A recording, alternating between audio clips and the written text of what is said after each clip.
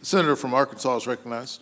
Thank you, Mr. President. Beginning in his first days in office, President Biden paused all oil and gas leasing on federal lands and then killed the thousands of jobs supported by the Keystone XL pipeline. Fast forward to today, prices at the pump are more than 40% increased from a year ago. Home heating costs have increased by more than 20% going into the winter.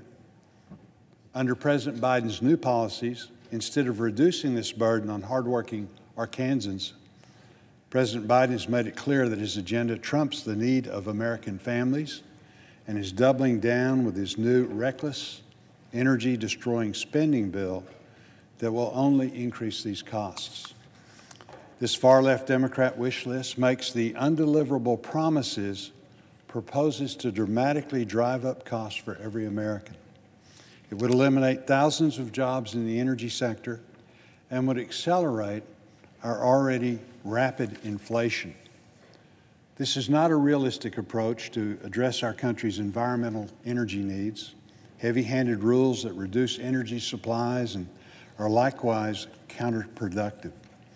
We should not turn our back on the existing energy sources that we have in North America that lower gas prices and reduce our dependence on oil from unstable regions.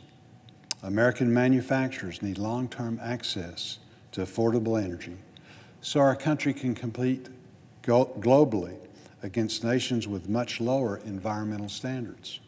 Also, in the event of a national security or an energy crisis, for example, access to our resources will be essential. Bureaucratic overreach and unwarranted spending will not only drive up energy costs on consumers, but will also do the most harm to low and middle income families.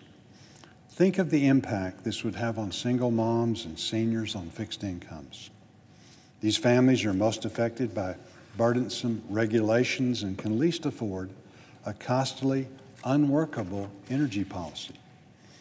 We must continue to use an all-of-the-above approach to diversify our nation's energy portfolio, working to increase exploration and production of natural gas and oil, continuing the development and use of coal, along with support for renewable and nuclear energy, should all play a role in our national energy strategy.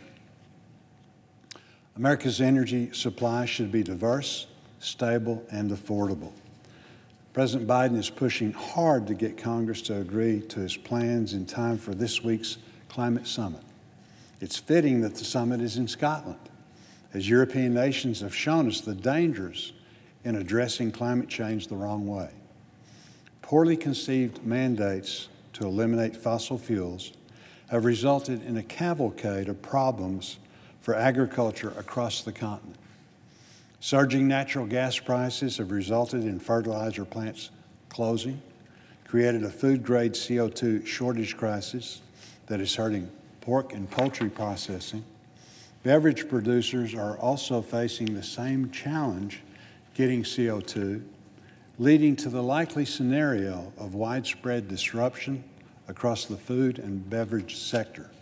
And our friends in the UK went heavy on wind power, only to have the wind stop blowing, forcing energy companies to scramble for gas reserves and consumers to face much higher bills. As ranking member on the Ag Committee, I take these warnings very, very seriously.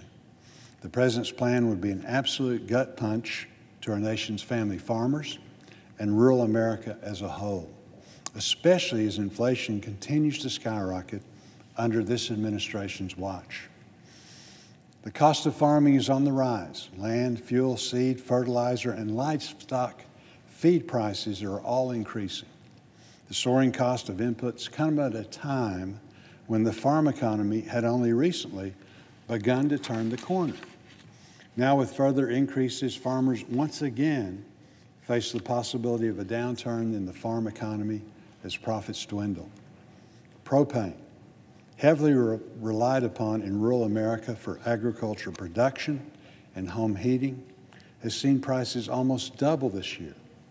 In fact, market experts are predicting a, quote, Armageddon as we head toward the winter. Now President Biden and his allies in Congress would enact policies that double down on economic hardship by eliminating affordable sources of energy, particularly those relied upon in rural America. Much of the president's agenda comes directly from the Green New Deal, a far-left agenda that most Americans have roundly rejected.